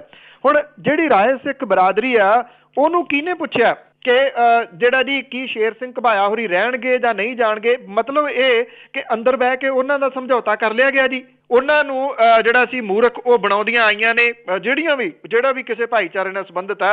ਉਹ ਤੁਸੀਂ ਕਿਸੇ ਵੀ ਜਿਹੜੇ ਰਵਾਇਤੀ ਲੀਡਰ ਨੇ ਉਹਨਾਂ ਦਾ ਤੁਸੀਂ ਲੈ ਲਓ, ਉਹ ਕੀ ਕਰਦੇ ਨੇ, ਚੁੱਪ ਕਰਕੇ ਅੱਜ ਇੱਧਰ ਚਲੇ ਗਿਆ, ਭਲਕੇ ਉੱਧਰ ਚਲੇ ਗਿਆ ਜੀ। ਇਹ ਪੰਜਾਬ ਦੇ ਵਿੱਚ ਇਸ ਵੇਲੇ ਬੜੇ ਵੱਡੇ ਪੱਧਰ ਤੇ ਜਾਰੀ ਹੈ ਜੀ। ਸਰਵਣ ਸਿੰਘ ਫਲੋਰ ਹੋਰੀ ਲੈ ਲਓ ਤੁਸੀਂ, ਅਵਿਨਾਸ਼ ਚੰਦਰ ਲੈ ਲਓ, ਮਹੇਸ਼ਿੰਦਰ ਸਿੰਘ ਲੈ ਲਓ ਬਾਘੇ ਪੁਰਾਣੇ ਤੋਂ MLA, ਦੇਸ ਰਾਜ ਧੁੱਗਾ ਲੈ ਲਓ MLA ਨੇ, ਨਵਜੋਤ ਕੌਰ ਸਿੱਧੂ ਲੈ ਲਓ, ਪ੍ਰਗਟ ਸਿੰਘ ਹੋਰੀ ਜਿਹੜੇ ਨੇ ਜੀ ਉਹ ਲੈ ਲਓ। ਕੀ ਇਹਨਾਂ ਲੋਕਾਂ ਨੇ ਜਿਨ੍ਹਾਂ ਨੇ ਪਹਿਲਾਂ ਇਹਨਾਂ ਨੂੰ ਜਿਹੜਾ ਜੀ ਉਹ ਜਿਤਾਇਆ ਸੀਗਾ, ਉਹਨਾਂ ਨੂੰ ਕਦੀ ਜਾ ਕੇ ਪੁੱਛਿਆ ਕਿ ਉਹ ਅੱਜ ਇੱਕ ਪਾਰਟੀ ਛੱਡ ਕੇ ਦੂਜੀ ਪਾਰਟੀ ਦੇ ਵਿੱਚ ਜਾ ਰਹੇ ਨੇ, ਕੀ ਲੋਕ ਉਹਨਾਂ ਦੀ ਜਿਹੜੀ ਉਹ ਹਮਾਇਤ ਕਰਨਗੇ? ਇਹੀ ਜਿਹੜੀ ਰਵਾਇਤੀ ਲੀਡਰਸ਼ਿਪ ਹੈ ਨਾ ਜੀ, ਉਹ ਪਿਛਲੇ ਸਮੇਂ ਤੋਂ ਕਰਦੀ ਰਹੀ ਆ, ਅੰਦਰ ਬਹਿੰਦੀ ਆ, ਸੌਦਾ ਜਿਹੜਾ ਜੀ ਉਹ ਕਰਕੇ ਬਾਹਰ ਆ ਜਾਂਦੀ ਹੈ ਜੀ। ਮਤਲਬ ਇੱਕ ਦੂਸਰੇ ਦੀਆਂ ਵੋਟਾਂ ਤੋੜਨ ਦੇ ਲਈ ਵੀ ਜਿਹੜੇ ਸੌਦੇ ਆ ਉਹ ਹੁੰਦੇ ਆ। ਤੇ ਅੱਗੇ ਆਪਾਂ ਗੱਲ ਕਰਦੇ ਹਾਂ ਪੰਜਾਬ ਸਰਕਾਰ ਦੇ ਮੁਲਾਜ਼ਮਾਂ ਦੀ। ਉਹਨਾਂ ਨੇ ਮੁਲਾਜ਼ਮਾਂ ਨੇ ਸਰਕਾਰ ਦੇ ਵਿਰੁੱਧ ਜਿਹੜੀ ਕਰੋ ਜਾਂ ਮਰੋ ਦੀ ਮੁਹਿੰਮ ਛੇੜੀ। ਐਕਚੁਅਲੀ ਜੀ ਮੁਲਾਜ਼ਮ ਵਰਗ ਜਿਹੜਾ ਜੀ ਉਹ ਔਖਾ ਤਾਂ ਹੈਗਾ, ਪਰ ਸਵਾਲ ਇਹ ਹੁੰਦਾ ਜੀ ਕਿ ਵੋਟਾਂ ਦੇ ਵਿੱਚ ਫਿਰ ਇਹ ਮੁਲਾਜ਼ਮ ਵਰਗ ਜਿਹੜਾ ਜੀ ਉਹ ਕੀ ਕਰਦਾ। ਜਿਹੜੀ ਕੱਲ ਕੈਬਨਿਟ ਦੀ ਮੀਟਿੰਗ ਹੋਈ ਸੀਗੀ, ਉਹਦੇ ਵਿੱਚ ਬਹੁਤ ਸਾਰੇ ਲੋਕਾਂ ਨੂੰ, ਸ਼ਾਇਦ ਮੁਲਾਜ਼ਮਾਂ ਨੂੰ ਇਹ ਹੋਊਗਾ ਕਿ ਉਹਦੇ ਵਿੱਚ ਫਿਰ ਦੁਬਾਰਾ ਜਿਹੜੇ ਕੱਚੇ ਨੇ ਉਹਨਾਂ ਨੂੰ ਪੱਕਿਆਂ ਕਰਨ ਦਾ ਆਰਡੀਨੈਂਸ ਜਿਹੜਾ ਜੀ ਪਾਸ ਕੀਤਾ ਜਾਊਗਾ। ਮੈਂ ਪਹਿਲਾਂ ਵੀ ਗੱਲ ਕੀਤੀ ਸੀਗੀ ਕਿ ਕੋਈ ਆਰਡੀਨੈਂਸ ਨਹੀਂ ਲਿਆਂਦਾ ਜਾਊਗਾ। ਉਹਦਾ ਕਾਰਨ ਹੈ ਕਿ ਜਿਹੜਾ ਚੋਣ ਜ਼ਾਬਤਾ ਉਹ ਲੱਗਣ ਵਾਲਾ। ਇਸ ਵੇਲੇ ਚੋਣ ਕਮਿਸ਼ਨ ਦੀਆਂ ਸਰਗਰਮੀਆਂ ਜਿਹੜੀਆਂ ਜੀ ਉਹ ਪੂਰੀਆਂ ਭਖੀਆਂ ਹੋਈਆਂ ਨੇ ਪੰਜਾਬ ਦੇ ਵਿੱਚ। ਸਰਕਾਰ ਇਹ ਚਾਹੁੰਦੀ ਹੈ ਕਿ ਚੋਣ ਜ਼ਾਬਤਾ ਲੱਗ ਜਾਵੇ ਤੇ ਇਹਦੇ ਤੋਂ ਉਹਦਾ ਜਿਹੜਾ ਜੀ ਖਹਿੜਾ ਛੁੱਟ ਜਾਵੇ, ਕਿਸੇ ਨੂੰ ਪੱਕਿਆਂ ਨਾ ਕਰਨਾ ਪਏ। ਇਹ ਜਾਣ ਬੁੱਝ ਕੇ ਸ਼ਰਾਰਤ ਦੇ ਤਹਿਤ ਜਿਹੜਾ ਸੀਗਾ ਜੀ ਉਹ ਆਰਡੀਨੈਂਸ ਜਾਰੀ ਕੀਤਾ ਗਿਆ ਸੀਗਾ ਵਿਧਾਨ ਸਭਾ ਦੇ ਸੈਸ਼ਨ ਦੇ ਦੌਰਾਨ। ਨਹੀਂ ਤਾਂ ਅਦਰਵਾਈਜ਼ ਜਿਹੜਾ 5 ਵਾਰੀ ਮੁੱਖ ਮੰਤਰੀ ਬਣਿਆ ਜੀ ਬੰਦਾ, ਉਹਨੂੰ ਇਹ ਤਾਂ ਪਤਾ ਹੁੰਦਾ ਨਾ ਜੀ ਕਿ ਆਰਡੀਨੈਂਸ ਨਹੀਂ ਜਾਰੀ ਕੀਤਾ ਜਾ ਸਕਦਾ ਜਦੋਂ ਵਿਧਾਨ ਸਭਾ ਦਾ ਸੈਸ਼ਨ ਚੱਲਦਾ। ਤੇ ਹੁਣ ਜਿਹੜੇ ਪੰਜਾਬ ਦੇ ਮੁਲਾਜ਼ਮ ਨੇ, ਬੇਰੁਜ਼ਗਾਰ, ਪੈਨਸ਼ਨਰ ਜਿਹੜੇ ਨੇ, ਇਹਨਾਂ ਸਾਰਿਆਂ ਨੇ ਕਰੋ ਜਾਂ ਮਰੋ ਦੀ ਸਾਂਝੇ ਤੌਰ ਦੇ ਉੱਤੇ ਲੜਾਈ ਜਿਹੜੀ ਆ ਜੀ ਉਹ ਵਿੱਢ ਦਿੱਤੀ ਆ। ਬੇਰੁਜ਼ਗਾਰ ETT ਪਾਸ ਅਧਿਆਪਕ ਜਿਹੜੇ ਨੇ 8 ਦਸੰਬਰ ਤੱਕ ਅਲਟੀਮੇਟਮ ਦੇ ਕੇ ਉਹਨਾਂ ਨੇ ਸੁਸਾਈਡ ਕਰਨ ਦੀ ਧਮਕੀ ਦਿੱਤੀ ਆ। ਮੁਲਾਜ਼ਮਾਂ ਨੇ 12 ਦਸੰਬਰ ਨੂੰ ਹੱਲਾ ਬੋਲ ਸੂਬਾਈ ਰੈਲੀ ਕਰਨ ਤੇ ਕਲਮ ਛੋੜ ਹੜਤਾਲ ਕਰਨ ਦਾ ਜਿਹੜਾ ਜੀ ਉਹ ਐਲਾਨ ਕੀਤਾ। ETT ਪਾਸ ਬੇਰੁਜ਼ਗਾਰ ਅਧਿਆਪਕ ਯੂਨੀਅਨ ਜਿਹੜੀ ਆ ਜੀ ਉਹ ਇਹ ਕਹਿੰਦੀ ਆ ਕਿ ਜਿਹੜੇ ਪਿਛਲੇ 33 ਦਿਨਾਂ ਤੋਂ ਚੰਡੀਗੜ੍ਹ ਦੇ ਵਿੱਚ ਮੁੱਖ ਮੰਤਰੀ ਪ੍ਰਕਾਸ਼ ਸਿੰਘ ਬਾਦਲ ਹੋਰਾਂ ਦੀ ਕੋਠੀ ਦੇ ਨੇੜੇ ਟਾਵਰ ਦੇ ਉੱਤੇ ਚੜ੍ਹ ਕੇ ਬਿਨਾਂ ਰੋਟੀ ਪਾਣੀ ਤੋਂ ਮੌਤ ਦੇ ਨਾਲ ਜੂਝ ਰਹੇ ਜਿਹੜੇ ਨੌਜਵਾਨ ਨੇ, ਇਹਨਾਂ ਦੀ ਸਾਰ ਨਹੀਂ ਲਈ। ਇਸੇ ਤਰੀਕੇ ਦੇ ਨਾਲ ਸੁਖਬੀਰ ਸਿੰਘ ਬਾਦਲ ਹੋਰਾਂ ਦਾ ਹਲਕਾ ਜਲਾਲਾਬਾਦ, ਉਹਦੇ ਵਿੱਚ 40 ਮੁੰਡੇ ਤੇ ਮੁੰਡੇ ਕੁੜੀਆਂ ਜਿਹੜੇ 15 ਟੈਂਕੀਆਂ ਦੇ ਉੱਤੇ ਚੜ੍ਹੇ ਹੋਏ ਨੇ। ਉਹਨਾਂ ਨੇ ਇਹ ਕਿਹਾ ਜੀ ਕਿ 8 ਦਸੰਬਰ ਨੂੰ ਮੋਗੇ ਦੀ ਜਿਹੜੇ ਵਿੱਚ ਰੈਲੀ ਕੀਤੀ ਜਾ ਰਹੀ ਹੈ, ਇਹਦੇ ਬਿਲਕੁਲ ਨੇੜੇ ਪਾਣੀ ਵਾਲੀ ਟੈਂਕੀ ਦੇ ਉੱਤੇ ਬੇਰੁਜ਼ਗਾਰ ਜਿਹੜੇ ਨੇ ਜੀ ਉਹ ਚੜ੍ਹ ਕੇ ਉਹਨਾਂ ਨੇ ਨਵਾਂ ਸੰਘਰਸ਼ ਜਿਹੜਾ ਜੀ ਉਹ ਛੇੜ ਦਿੱਤਾ। ਇਹ ਵੀ ਕਹਿੰਦੇ ਆ ਕਿ ਜਦੋਂ ਮੁੱਖ ਮੰਤਰੀ ਜਾਂ ਡਿਪਟੀ ਮੁੱਖ ਮੰਤਰੀ ਬੋਲਣਗੇ ਅਸੀਂ ਉਸ ਰੈਲੀ ਦੇ ਵਿੱਚ ਜਿਹੜਾ ਜੀ ਉਹ ਖਲਲ ਪਾਵਾਂਗੇ ਮੋਗੇ ਵਾਲੀ। ਇਹਨੇ ਸਰਕਾਰ ਦੀਆਂ ਚਿੰਤਾਵਾਂ ਜਿਹੜੀਆਂ ਜੀ ਉਹ ਵਧਾਈਆਂ ਨੇ। ਇਹ ਬੇਰੁਜ਼ਗਾਰ ਤੇ ਜਿਹੜੇ ਪੈਨਸ਼ਨਰ ਜਿਹੜੇ ਉਹ ਇਹ ਕਹਿੰਦੇ ਆ ਕਿ ਹਾਲਾਤ ਇਹ ਨੇ ਕਿ ਅਸੀਂ ਕਰੋ ਜਾਂ ਮਰੋ ਵਾਲੀ ਸਥਿਤੀ ਦੇ ਵਿੱਚ ਹੈ। ਜਾਂ ਤਾਂ ਹੁਣ ਸਾਡੀਆਂ ਮੰਗਾਂ ਮੰਨੀਆਂ ਜਾਣਗੀਆਂ ਜਾਂ ਫਿਰ ਜਿਹੜਾ ਜੀ ਅਸੀਂ ਆਪਣਾ ਰੋਸ ਆਉਂਦੇ ਦਿਨਾਂ ਦੇ ਦੌਰਾਨ ਜਿਹੜਾ ਜੀ ਉਹ ਵੱਖ-ਵੱਖ ਤਰੀਕੇ ਦੇ ਨਾਲ ਜਾਰੀ ਕਰਾਂਗੇ ਜੀ। ਬਿਲਕੁਲ ਜੀ, ਇਹ ਸਭ ਤੁਸੀਂ ਜਿੰਨੇ ਮਰਜ਼ੀ ਸਾਲਾਂ ਦੀਆਂ ਪੁਰਾਣੀਆਂ ਅਖਬਾਰਾਂ ਚੱਕ ਕੇ ਦੇਖ ਲਓ, ਇਹ ਕੁਛ ਹੀ ਆ, ਕਈ ਸਾਲਾਂ ਤੋਂ ਚੱਲ ਰਿਹਾ। ਅੱਗੇ ਆਪਾਂ ਗੱਲ ਕਰਦੇ ਜੀ, ਨੋਟਬੰਦੀ ਤੋਂ ਬਾਅਦ ਬਹੁਤ ਸਾਰੇ ਜਿਹੜੇ ਗੱਲਾਂ ਬਾਤਾਂ ਹੋ ਰਹੀਆਂ ਆ, ਉਸ ਤੋਂ ਬਾਅਦ 1.5 ਕਰੋੜ ਦੀ ਰਕਮ ਨੇ ਅਨਪੜ੍ਹ ਬੀਬੀ ਨੂੰ ਬਿਪਤਾ ਪਾਈ। ਐਕਚੁਅਲੀ ਜੀ ਜਿਹੜੀਆਂ ਚੀਜ਼ਾਂ ਨੋਟਬੰਦੀ ਵਾਲੇ ਮਾਮਲੇ 'ਚ ਬੜਾ ਕੁਛ ਆਈ ਜਾਂਦਾ ਨਾ ਜੀ। ਆਮ ਬੰਦਾ ਤਾਂ ਦਾਲ ਰੋਟੀ ਦੇ ਵਾਸਤੇ ਲਾਈਨ 'ਚ ਲੱਗਿਆ ਹੋਇਆ। ਜੇ ਗੱਲ ਕਰੀਏ ਜੀ ਜਿਹੜੀਆਂ ਵਿਆਹ ਨੇ, ਮਹਿੰਗੇ ਵਿਆਹ ਲੀਡਰਾਂ ਦੇ, ਨਿਆਣਿਆਂ ਦੇ, ਉਹ ਕਰੋੜਾਂ ਰੁਪਈਏ ਖਰਚ ਕਰਕੇ ਉਸੇ ਤਰੀਕੇ ਦੇ ਨਾਲ ਜਾਰੀ ਨੇ, ਉਹਨਾਂ ਦੇ ਉੱਤੇ ਕੋਈ ਅਸਰ ਨਹੀਂ ਪਿਆ। ਇਹਦਾ ਮਤਲਬ ਇਹ ਕਿ ਉਹਨਾਂ ਨੂੰ ਨੋਟਬੰਦੀ ਦਾ ਕੋਈ ਫਰਕ ਨਹੀਂ ਗਾ ਜੀ, ਉਹਨਾਂ ਦੇ ਸਾਰੇ ਜਿਹੜੇ ਜੀ ਉਹ ਚਿੱਟੇ ਹੋ ਗਏ। ਸੋ ਇਹ ਇੱਦਾਂ ਦੀਆਂ ਜਿਹੜੀਆਂ ਗੱਲਾਂ ਜੀ ਉਹ ਸਾਹਮਣੇ ਆਈ ਜਾਂਦੀਆਂ ਨੇ। ਚਾਹੇ ਉਹ ਜਨ ਧਨ ਖਾਤੇ ਆ ਜੀ, ਉਹਨਾਂ ਦੇ ਵਿੱਚ ਕਰੋੜਾਂ ਰੁਪਈਏ ਦੀ ਜਿਹੜੀ ਰਕਮ ਜਮ੍ਹਾਂ ਹੋਈ ਆ ਉਹ ਕਿਹਦੀ ਆ, ਇਹ ਵੀ ਜਿਹੜੀਆਂ ਜੀ ਉਹ ਗੱਲਾਂ ਚੱਲੀ ਜਾਂਦੀਆਂ ਨੇ। ਇੱਥੇ ਫਿਰੋਜ਼ਪੁਰ ਦੇ ਵਿੱਚ ਰਹਿਣ ਵਾਲੀ ਇੱਕ ਔਰਤ ਆ ਜੀ ਨਿਰੰਜਨ ਕੌਰ, ਉਹਦੇ ਬੈਂਕ ਦੇ ਖਾਤੇ ਦੇ ਵਿੱਚ 1.5 ਕਰੋੜ ਰੁਪਈਆ ਆ ਗਿਆ। ਇਨਕਮ ਟੈਕਸ ਵਿਭਾਗ ਨੇ ਉਹਨੂੰ ਨੋਟਿਸ ਭੇਜਤਾ। ਇਹ ਪੁੱਛਿਆ ਇਸ ਔਰਤ ਨੂੰ ਕਿ ਇਹ ਦੱਸ ਪਿਛਲੇ 4 ਸਾਲਾਂ ਦੇ ਵਿੱਚ 15 ਕਰੋੜ ਰੁਪਈਏ ਦਾ ਲੈਣ ਦੇਣ ਤੂੰ ਕਿਹਦੇ ਨਾਲ ਜਿਹੜਾ ਕੀਤਾ, ਇਹ ਰਾਸ਼ੀ ਤੇਰੇ ਕੋਲੋਂ ਜਿਹੜੀ ਜੀ ਉਹ ਕਿੱਥੇ ਆਉਂਦੀ ਰਹੀ। ਇਹ ਹੁਣ ਅਨਪੜ੍ਹ ਔਰਤ ਹੈ ਜੀ, ਉਹ ਹੈਰਾਨ ਪਰੇਸ਼ਾਨ ਹੋ ਗਈ ਕਿ ਮੇਰੇ ਖਾਤੇ ਦੇ ਵਿੱਚ ਤਾਂ ਜਿਹੜੀ ਜੀ 5,000-6,000 ਰੁਪਈਏ ਦੀ ਰਕਮ ਸੀਗੀ, ਮੈਨੂੰ ਕੀ ਪਤਾ 1.5 ਕਰੋੜ ਰੁਪਈਆ ਕਿੱਥੋਂ ਆ ਗਿਆ। ਤੇ ਇਹ ਜਿਹੜੀ 15 ਕਰੋੜ ਰੁਪਈਏ ਦੇ ਲੈਣ ਦੇਣ ਦੀ ਗੱਲ ਜਿਹੜੀ ਹੈ ਜੀ ਉਹ ਤੁਸੀਂ ਕਹੀ ਜਾਂਦੇ ਹੋ, ਇਹਦਾ ਮੈਨੂੰ ਕੋਈ ਲੈਣਾ ਦੇਣਾ ਹੀ ਨਹੀਂ। ਬਾਅਦ ਦੇ ਵਿੱਚ ਇਹ ਪਤਾ ਲੱਗ ਰਿਹਾ ਜੀ ਕਿ ਇੱਕ ਜਿਹੜੀ ਬੀਮਾ ਕੰਪਨੀ ਹੈ ਜੀ ਉਹਦੇ ਨਾਲ ਕੰਮ ਕਰਦਾ ਜਿਹੜਾ ਜੀ ਵਿਅਕਤੀ ਹੈ, ਉਹਨੇ ਇਹ ਸਾਰਾ ਜਿਹੜਾ ਜੀ ਗੇਮ ਜਿਹੜੀ ਆ ਉਹ ਖੇਡੀ ਆ। ਔਰ ਉਹਨਾਂ ਨੇ ਕੀਤਾ ਕੀ ਆ ਜੀ, ਇਸ ਔਰਤ ਦੇ ਕਿਉਂਕਿ ਅਨਪੜ੍ਹ ਸੀਗੀ ਜੀ, ਉਹਦਾ ਖਾਤਾ ਵਰਤ ਲਿਆ। ਉਸ ਖਾਤੇ ਦੇ ਵਿੱਚ ਪਿਛਲਾ ਲੈਣ ਦੇਣ ਵੀ ਜਿਹੜਾ ਦਿਖਾਤਾ 15 ਕਰੋੜ ਰੁਪਈਏ ਦਾ 4 ਸਾਲਾਂ ਦਾ, ਤੇ 1.5 ਕਰੋੜ ਰੁਪਈਏ ਦੀ ਜਿਹੜੀ ਰਕਮ ਹੈ ਜੀ ਉਹਦੇ ਵਿੱਚ ਜਮ੍ਹਾਂ ਕਰਾਤੀ ਕਿ ਬਾਅਦ ਦੇ ਵਿੱਚ ਉਹਦੇ ਤੋਂ ਜਿਹੜਾ ਜੀ ਉਹਦੇ ਦਸਤਖਤ ਵਗੈਰਾ ਕਰਕੇ ਇਹ ਹੌਲੀ ਹੌਲੀ ਰਕਮ ਜਿਹੜੀ ਹੈ ਜੀ ਉਹ ਕਢਵਾ ਲਵਾਂਗੇ। ਤੋ ਹੁਣ ਜਿਹੜੀ ਇਹ ਔਰਤ ਹੈ ਜਦੋਂ ਉਹਦੇ ਇਨਕਮ ਟੈਕਸ ਦੇ ਕੋਲੇ ਗਈ ਆ ਤਾਂ ਉੱਥੋਂ ਇਹ ਸਾਰੀ ਗੇਮ ਜਿਹੜੀ ਹੈ ਜੀ ਉਹ ਖੁੱਲਣੀ ਸ਼ੁਰੂ ਹੋਈ ਆ। ਲੋਕ ਕਹਿੰਦੇ ਨੇ ਕਿ ਜਿਹੜੇ ਜਿਨ੍ਹਾਂ ਦੇ ਕੋਲੇ ਬਲੈਕ ਮਨੀ ਹੈ ਉਹਨਾਂ ਨੇ ਕਿਵੇਂ ਜਿਹੜੀ ਹੈ ਜੀ ਉਹ ਵਾਈਟ ਕੀਤੀ ਆ। ਆਹੀ ਜਿਹੜੇ ਤਰੀਕੇ ਨੇ ਜੀ ਜਿਨ੍ਹਾਂ ਦੇ ਤਰੀਕਿਆਂ ਦੇ ਨਾਲ ਵਾਈਟ ਕੀਤੀ ਆ। ਕੱਲ 2 ਬੈਂਕ ਮੈਨੇਜਰ ਜਿਹੜੇ ਨੇ ਦਿੱਲੀ ਤੋਂ ਗ੍ਰਿਫਤਾਰ ਕੀਤੇ ਗਏ ਨੇ, ਜਿਹੜੇ 40 ਕਰੋੜ ਰੁਪਈਏ ਨੂੰ ਜਿਹੜਾ ਜੀ ਉਹ ਵਾਈਟ ਕਰਨ ਦੇ ਚੱਕਰਾਂ ਦੇ ਵਿੱਚ ਸਨ ਜੀ। ਔਰ ਉਹਨਾਂ ਨੇ ਇਹਦਾ ਪੂਰਾ ਪ੍ਰਬੰਧ ਵੀ ਕੀਤਾ ਹੋਇਆ ਸੀਗਾ। ਕਦੀ ਕਿਸੇ ਜਗ੍ਹਾ ਤੋਂ ਬੈਂਕ ਮੈਨੇਜਰ ਲੱਖਾਂ ਰੁਪਈਏ ਦੇ ਨਾਲ ਫੜਿਆ ਜਾ ਰਿਹਾ, ਕੋਈ ਕਿਸੇ ਜਗ੍ਹਾ ਤੋਂ ਜਿਹੜਾ ਜੀ ਉਹ ਫੜਿਆ ਜਾ ਰਿਹਾ। ਮਤਲਬ ਉਹੀ ਹੈ ਜੀ ਕਿ ਜਿਹੜੇ ਲਾਈਨਾਂ ਦੇ ਵਿੱਚ ਲੱਗੇ ਲੋਕ ਨੇ ਉਹ ਮਾਤੜ ਨੇ, ਉਹ ਆਮ ਲੋਕ ਨੇ, ਉਹਨਾਂ ਦੀ ਰੋਜ਼ਾਨਾ ਜ਼ਿੰਦਗੀ ਦੇ ਉੱਤੇ ਵੱਡਾ ਅਸਰ ਪਿਆ। ਜੇ ਨਹੀਂ ਕਿਸੇ ਦੇ ਉੱਤੇ ਵੱਡਾ ਅਸਰ ਪਿਆ ਤਾਂ ਉਹ ਇਹ ਵੱਡੇ ਘਰਾਣਿਆਂ ਵਾਲੇ ਅਮੀਰ ਲੋਕ ਨੇ ਜਾਂ ਸ਼ਾਤਰ ਟਾਈਪ ਦੇ ਲੋਕ ਨੇ, ਜਿਨ੍ਹਾਂ ਨੇ ਆਪੋ ਆਪਣੇ ਤਰੀਕੇ ਦੇ ਨਾਲ ਆਪਣੀ ਬਲੈਕ ਮਨੀ ਜਿਹੜੀ ਹੈ ਜੀ ਉਹਨੂੰ ਵਾਈਟ ਦੇ ਵਿੱਚ ਤਬਦੀਲ ਕਰ ਲਿਆ ਤੇ ਉਹਨਾਂ ਦੀ ਸਿਹਤ ਤੇ ਕਿਸੇ ਕਿਸਮ ਦਾ ਕੋਈ ਅਸਰ ਨਹੀਂ ਹੋਇਆ ਜੀ। ਉਹ ਤਾਂ ਜੀ ਫੀਡਬੈਕ ਦਿੰਦੇ ਆ ਮੋਦੀ ਨੂੰ ਕਿ ਸਭ ਕੁਝ ਠੀਕ ਆ ਤੇ ਨਾ ਉਹ ਲਾਈਨਾਂ 'ਚ ਲੱਗੇ। ਤਾਂ ਅੱਗੇ ਆਪਾਂ ਸਰਬੱਤ ਖਾਲਸਾ ਦੀ ਗੱਲ ਕਰਦੇ ਰਹੇ ਹਾਂ। ਸਰਬੱਤ ਖਾਲਸਾ ਧਿਰਾਂ ਨੇ ਖੰਡ ਪਾਠ ਸਾਹਿਬ ਸ਼ੁਰੂ ਕੀਤੇ ਜੀ। ਐਕਚੁਅਲੀ ਜੀ ਇਹ ਜਿਸ ਜਗ੍ਹਾ ਦੇ ਉੱਤੇ ਇਹ ਸਰਬੱਤ ਖਾਲਸਾ ਹੋਣਾ ਜੀ, ਉਸ ਜਗ੍ਹਾ ਦੇ ਉੱਤੇ ਪੁਲਿਸ ਦੀ ਵੱਡੀ ਤਾਇਨਾਤੀ ਜਿਹੜੀ ਆ ਜੀ ਉਹ ਪਿਛਲੇ ਦਿਨਾਂ ਤੋਂ ਕੀਤੀ ਹੋਈ ਆ ਸਰਕਾਰ ਨੇ। ਔਰ ਜਿਹੜੀ ਜੀ ਕੱਲ ਸੁਣਵਾਈ ਹੋਣੀ ਸੀ ਪੰਜਾਬ ਹਰਿਆਣਾ ਹਾਈ ਕੋਰਟ ਦੇ ਵਿੱਚ, ਉਹ ਅੱਜ ਤੱਕ ਦੇ ਵਾਸਤੇ ਜਿਹੜੀ ਆ ਜੀ ਉਹ ਟਾਲੀ ਗਈ ਆ। ਅੱਜ ਹਾਈ ਕੋਰਟ ਤੋਂ ਜਿਹੜਾ ਜੀ ਇਹਦੇ ਸਬੰਧ ਦੇ ਵਿੱਚ ਫੈਸਲਾ ਆਊਗਾ। ਪਰ ਜਿਹੜੀਆਂ ਧਿਰਾਂ ਜਾਂ ਧਿਰ ਕਹਿ ਲਓ ਹੁਣ ਤਾਂ ਇੱਕ, ਉਹ ਜਿਹੜੇ ਕਿ ਇਹ ਸਰਬੱਤ ਖਾਲਸਾ ਕਰਵਾ ਰਹੇ ਨੇ, ਉਹਨਾਂ ਨੇ ਅੱਜ ਤੜਕਸਾਰ ਜਿਹੜਾ ਜੀ ਇੱਥੇ ਪਾਲਕੀ ਲਿਆ ਕੇ ਅਖੰਡ ਪਾਠ ਜਿਹੜਾ ਜੀ ਉਹਦਾ ਆਰੰਭ ਕਰ ਦਿੱਤਾ ਜੀ। ਪੁਲਿਸ ਵੱਡੀ ਗਿਣਤੀ ਦੇ ਵਿੱਚ ਬਾਅਦ ਚ ਪਹੁੰਚੀ। ਉਹਨੇ ਇਹ ਜਿਹੜੀ ਬੱਸ ਜਿਹਦੇ ਉੱਤੇ ਗੁਰੂ ਗ੍ਰੰਥ ਸਾਹਿਬ ਦੀ ਸਵਾਰੀ ਹੈ ਉਹਨੂੰ ਉੱਥੋਂ ਮੂਵ ਕਰਨ ਦੀ ਕੋਸ਼ਿਸ਼ ਕੀਤੀ ਤਾਂ ਉਹਦੇ ਟਾਇਰਾਂ ਦੇ ਵਿੱਚੋਂ ਜਿਹੜੀ ਉਹ ਹਵਾ ਵਗੈਰਾ ਕੱਢ ਦਿੱਤੀ ਗਈ ਔਰ ਉੱਥੇ ਅਖੰਡ ਪਾਠ ਜਿਹੜਾ ਜੀ ਉਹਦਾ ਆਰੰਭ ਕਰ ਦਿੱਤਾ ਗਿਆ। ਤਣਾਅ ਵਾਲੀ ਸਥਿਤੀ ਜਿਹੜੀ ਹੈ ਜੀ ਇਸ ਜਗ੍ਹਾ ਦੇ ਉੱਤੇ ਬਣੀ ਹੋਈ ਆ। ਜਿਹੜੀ ਸਰਬੱਤ ਖਾਲਸਾ ਵਾਲੀ ਧਿਰ ਹੈ ਜੀ ਉਹ ਕਹਿੰਦੀ ਅਸੀਂ ਹਰ ਹਾਲਤ ਦੇ ਵਿੱਚ ਸਰਬੱਤ ਖਾਲਸਾ ਜਿਹੜਾ ਜੀ ਉਹ 8 ਤਰੀਕ ਨੂੰ ਕਰਨਾ। 8 ਤਰੀਕ ਨੂੰ ਜਿਹੜਾ ਜੀ ਅਕਾਲੀ ਦਲ ਦੀ ਰੈਲੀ ਵੀ ਹੈ ਮੋਗੇ ਦੇ ਵਿੱਚ, ਪਾਣੀ ਬਚਾਓ ਪੰਜਾਬ ਬਚਾਓ। ਸੋ ਜਿਹੜੀ ਸਰਕਾਰੀ ਧਿਰ ਹੈ ਜੀ ਉਹ ਕਹਿੰਦੀ ਹੈ ਜੀ ਸਰਬੱਤ ਖਾਲਸਾ ਹੋਣ ਨਹੀਂ ਦੇਣਾ। ਅੱਜ ਜਿਹੜਾ ਹਾਈ ਕੋਰਟ ਦੇ ਵਿੱਚੋਂ ਫੈਸਲਾ ਆਉਣਾ ਉਹਦੇ ਉੱਤੇ ਵੀ ਕਾਫੀ ਕੁਝ ਜਿਹੜਾ ਜੀ ਉਹ ਨਿਰਭਰ ਕਰੂਗਾ ਕਿ ਹਾਈ ਕੋਰਟ ਕਿਹੋ ਜਿਹਾ ਫੈਸਲਾ ਜਿਹੜਾ ਜੀ ਇਹਦੇ ਸਬੰਧ ਦੇ ਵਿੱਚ ਦਿੰਦੀ ਆ। ਹਾਂ, ਇਹ ਗੱਲ ਜ਼ਰੂਰ ਹੈ ਜੀ ਕਿ ਉਹੋ ਜਿਹਾ ਕੋਈ ਉਤਸ਼ਾਹ ਜਿਹੜਾ ਦੀ ਲੋਕਾਂ ਦੇ ਵਿੱਚ ਨਜ਼ਰ ਨਹੀਂ ਆਉਂਦਾ ਜਿਹੋ ਜਿਹਾ ਉਤਸ਼ਾਹ ਪਿਛਲੇ ਸਾਲ ਜਦੋਂ ਸਰਬੱਤ ਖਾਲਸਾ ਹੋਇਆ ਸੀਗਾ। ਜਿਸ ਕਿਸਮ ਦੇ ਨਾਲ ਜਿੱਡੀ ਵੱਡੀ ਗਿਣਤੀ ਦੇ ਵਿੱਚ ਲੋਕ ਜਿਹੜੇ ਜੀ ਉੱਥੇ ਚਲੇ ਗਏ ਸਨ, ਇਹ ਆਪਣੇ ਆਪ ਦੇ ਵਿੱਚ ਸਵਾਲ ਹੀ ਹੈ ਜੀ ਕਿ ਜੇ ਇਹ ਧਿਰਾਂ ਅੜੀਆਂ ਵੀ ਰਹਿੰਦੀਆਂ ਨੇ ਤਾਂ ਇੱਕ ਤਾਂ ਸਵਾਲ ਇਹ ਕਿ ਕੀ ਉਹਨਾਂ ਦੀ ਲੀਡਰਸ਼ਿਪ ਜਿਹੜੀ ਹੈ ਜੀ ਉਹ ਗ੍ਰਿਫਤਾਰੀਆਂ ਤੋਂ ਬਚੀ ਰਹੂਗੀ, ਉਹ ਉੱਥੇ ਉਸ ਜਗ੍ਹਾ ਦੇ ਉੱਤੇ ਪਹੁੰਚਣਗੇ। ਜੇ ਲੀਡਰਸ਼ਿਪ ਜਿਹੜੀ ਉਹ ਗ੍ਰਿਫਤਾਰ ਹੁੰਦੀ ਆ ਤੇ ਫਿਰ ਲੋਕ ਜਾਣਗੇ ਤਾਂ ਕੀ ਉੱਥੇ ਕੋਈ ਪ੍ਰੋਗਰਾਮ ਜਿਹੜਾ ਜੀ ਉਹ ਦਿੱਤਾ ਜਾ ਸਕੂਗਾ? ਇਹ ਆਪਣੇ ਆਪ ਦੇ ਵਿੱਚ ਸਵਾਲ ਹੈ ਜੀ।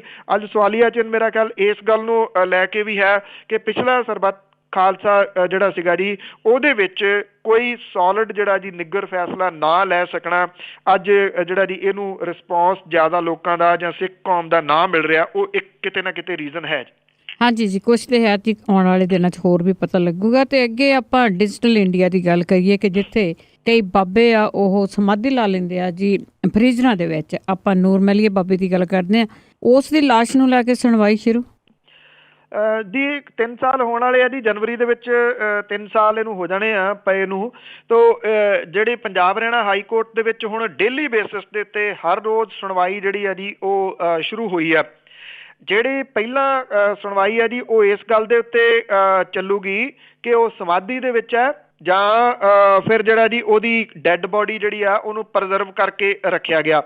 ਜਿਹੜਾ ਡੇਰੇ ਵਾਲੇ ਆ ਉਹਨਾਂ ਨੇ ਜਿਹੜਾ ਜੀ ਪੰਜਾਬ ਹਰਿਆਣਾ ਹਾਈ ਕੋਰਟ ਦੇ ਵਿੱਚ ਇਹ ਗੱਲ ਕਹੀ ਹੈ ਕਿ ਫਰਾਂਸ ਦੇ ਵਿੱਚ ਜਿਹੜੀ ਡੈੱਡ ਬੋਡੀ ਆ ਉਹਨੂੰ ਪ੍ਰਜ਼ਰਵ ਕਰਨ ਦਾ ਕਾਨੂੰਨਨ ਅਧਿਕਾਰ ਹੈ ਤੇ ਸਾਡੇ ਇੱਥੇ ਵੀ ਜਿਹੜਾ ਜੀ ਇਹ ਕਲਚਰ ਤਾਂ ਹੋ ਸਕਦਾ ਇੱਕ। ਔਰ ਇਹ ਵੀ ਗੱਲ ਕਹੀ ਗਈ ਹੈ ਕਿ ਅਸੀਂ ਸ਼ਰਧਾ ਦੇ ਤੌਰ ਦੇ ਉੱਤੇ ਉਹਨੂੰ ਜਿਹੜਾ ਜੀ ਉਹ ਰੱਖਿਆ ਹੋਇਆ ਜਿਹੜੇ ਕਿ ਸਮਾਧੀ ਦੇ ਵਿੱਚ ਨੇ। ਹੁਣ ਪੰਜਾਬ ਹਰਿਆਣਾ ਹਾਈ ਕੋਰਟ ਦੇ ਜਿਹੜੇ ਜੱਜ ਨੇ ਉਹਨਾਂ ਨੇ ਇਹ ਕਿਹਾ ਪਹਿਲਾਂ ਤਾਂ ਇਹ ਕਲੈਰੀਫਾਈ ਕਰੋ ਕਿ ਉਹ ਸਮਾਧੀ ਦੇ ਵਿੱਚ ਹੈ ਜਾਂ ਉਹਦੀ ਡੈੱਡ ਬੋਡੀ ਜਿਹੜੀ ਹੈ ਜੀ ਇਹ ਫਰੀਜ਼ਰ ਦੇ ਵਿੱਚ ਰੱਖੀ ਹੋਈ ਹੈ। ਇਹਦੇ ਉੱਤੇ ਸੁਣਵਾਈ ਜਿਹੜੀ ਜੀ ਉਹ ਚੱਲ ਰਹੀ ਹੈ। ਡੇਰੇ ਵਾਲਿਆਂ ਨੇ ਜਿਹੜੀਆਂ ਦਲੀਲਾਂ ਦਿੱਤੀਆਂ ਨੇ ਉਹਦੇ ਉੱਤੇ ਪੰਜਾਬ ਹਰਿਆਣਾ ਹਾਈ ਕੋਰਟ ਨੇ ਸਖਤ ਟਿੱਪਣੀਆਂ ਕੁਝ ਜਿਹੜੀਆਂ ਜੀ ਉਹ ਕੀਤੀਆਂ। ਜਿਹੜੇ ਮਾਨਯੋਗ ਜੱਜ ਨੇ ਉਹਨਾਂ ਨੇ ਇਹ ਗੱਲ ਜਿਹੜੀ ਕਹੀ ਹੈ ਕਿ ਅਦਾਲਤ ਨੂੰ ਪਤਾ ਹੈ ਕਿ ਉਹਦੀ ਜਿਹੜੀ ਹੈ ਜੀ ਲਕਸ਼ਮਣ ਰੇਖਾ ਕੀ ਹੈ ਤੇ ਲਕਸ਼ਮਣ ਰੇਖਾ ਟੱਪਣ ਨਾ ਡੇਰੇ ਵਾਲੇ। ਜਿਹੜਾ ਉਹਦਾ ਮੁੰਡਾ ਜੀ ਉਹਨੇ ਇਹ ਗੱਲ ਕਹੀ ਹੈ ਕਿ ਉਹਨੂੰ ਡੈੱਡ ਬੋਡੀ ਜਿਹੜੀ ਹੈ ਜੀ ਇਹ ਦਿੱਤੀ ਜਾਣੀ ਚਾਹੀਦੀ ਹੈ ਕਿਉਂਕਿ ਉਹਦੇ ਕੋਲੇ ਕਾਨੂੰਨਨ ਅਧਿਕਾਰ ਹੈ ਕਿ ਉਹ ਆਪਣੇ ਪਿਓ ਦਾ ਅੰਤਮ ਸੰਸਕਾਰ ਜਿਹੜਾ ਜੀ ਉਹ ਕਰ ਸਕੇ। ਦੂਜੇ ਪਾਸੇ ਹੈਰਾਨੀ ਵਾਲੀ ਜਿਹੜੀ ਗੱਲ ਸਭ ਤੋਂ ਵੱਡੀ ਉਹ ਇਹ ਆ ਕਿ ਜਿਹੜੀ ਸਰਕਾਰ ਹੈ, ਸਰਕਾਰ ਦੀ ਤਰਫੋਂ ਪੇਸ਼ ਹੋਏ ਜਿਹੜੇ ਵਕੀਲ ਨੇ ਉਹਨਾਂ ਨੇ 2 ਟੁਕ ਗੱਲ ਜਿਹੜੀ ਹੈ ਜੀ ਉਹ ਅਦਾਲਤ ਦੇ ਵਿੱਚ ਨਿਬੇੜ ਦਿੱਤੀ ਹੈ ਕਿ ਪੰਜਾਬ ਸਰਕਾਰ ਦਾ ਇਸ ਮੁੱਦੇ ਦੇ ਨਾਲ ਜਿਹੜਾ ਨੂਰ ਮਹਿਲ ਦਾ ਮੁੱਦਾ ਹੈ ਜਿੱਥੇ ਇਹ ਡੈੱਡ ਬੋਡੀ ਪਈ ਆ ਉਹਦੇ ਨਾਲ ਕੋਈ ਲੈਣਾ ਦੇਣਾ ਹੀ ਨਹੀਂ ਹੈ ਜੀ। ਲੈਣਾ ਦੇਣਾ ਤਾਂ ਜੀ ਬਹੁਤ ਹੈ, ਇਸ ਕਰਕੇ ਇੱਧਰ ਦਖਲ ਨਹੀਂ ਦਿੱਤਾ ਜਾਂਦਾ। ਅਖੀਰ ਵਿੱਚ ਆਜਨਾਮਾ ਕਿ ਹਿੰਦੂ ਧਰਮ ਦੀ ਸਾਧ ਵੀ ਇੱਕ ਕਹਿੰਦੀ ਹਿੰਦੂ ਧਰਮ ਨਾਲ ਧੋਖਾ ਹੀ ਕਰੇ ਮੋਦੀ। ਹਿੰਦੂ ਧਰਮ ਦੀ ਸਾਧ ਵੀ ਇੱਕ ਕਹਿੰਦੀ ਹਿੰਦੂ ਧਰਮ ਨਾਲ ਧੋਖਾ ਹੀ ਕਰੇ ਮੋਦੀ। ਆਮ ਲੋਕਾਂ ਦਾ ਕੋਈ ਨਾ ਫਿਕਰ ਕੀਤਾ, ਗੋਲਕ ਸ਼ਾਹਾਂ ਦੀ ਹੋਰ ਹੁਣ ਭਰੇ ਮੋਦੀ। ਭਾਸ਼ਣਬਾਜ਼ੀ ਤੋਂ ਬਿਨਾਂ ਨਾ ਕੱਖ ਕੀਤਾ, ਬੱਲੇ ਬੱਲੇ ਦੀ ਬੇੜੀ ਵਿੱਚ ਤਰੇ ਮੋਦੀ। ਹਿੰਦੂ ਧਰਮ ਦੀ ਸੋਚ ਖੁਦ ਪੇਸ਼ ਕੀਤੀ, ਆਪਣੀ ਸੋਚ ਤੋਂ ਹੋ ਗਿਆ ਪਰੇ ਮੋਦੀ। ਕਹਿੰਦੀ ਸਾਧ ਵੀ ਇਹ ਨਹੀਂ ਰਾਜ ਸਾਡਾ, ਜਰਿਆ ਸਾਡੇ ਤੋਂ ਜਾਏ ਧਰੋ ਹੈ ਨਹੀਂ। ਕਹਿੰਦੀ ਸਾਧਵੀ ਇਹ ਨਹੀਂ ਰਾਜ ਸਾਡਾ, ਜਰਿਆ ਸਾਡੇ ਤੋਂ ਜਾਏ ਧਰੋ ਹੈ ਨਹੀਂ, ਪਾਈਆਂ ਵੋਟਾਂ ਸੀ ਰੱਖ ਕੇ ਆਸ ਭਾਰੀ, ਸਾਨੂੰ ਉਸ ਦੇ ਨਾਲ ਹੁਣ ਮੋਹ ਹੈ ਨਹੀਂ। ਥੈਂਕ ਯੂ ਜੀ, ਬਹੁਤ ਬਹੁਤ ਧੰਨਵਾਦ। ਧੰਨਵਾਦ ਜੀ, ਬਹੁਤ ਮਿਹਰਬਾਨੀ ਜੀ, ਸਤਿ ਸ਼੍ਰੀ ਅਕਾਲ। ਸਤਿ ਸ਼੍ਰੀ ਅਕਾਲ ਜੀ, ਥੈਂਕ ਯੂ ਜੀ। ਹੁਣ ਇਸੇ ਦੇ ਨਾਲ ਇਹ ਪ੍ਰੋਗਰਾਮ ਦੀ ਇੱਥੇ ਸਮਾਪਤੀ ਆ। ਬਲਵਿੰਦਰ ਕੌਰ ਵੱਲੋਂ ਆਪ ਸਭ ਨੂੰ ਪਿਆਰ ਭਰੀ ਸਤਿ ਸ਼੍ਰੀ ਅਕਾਲ।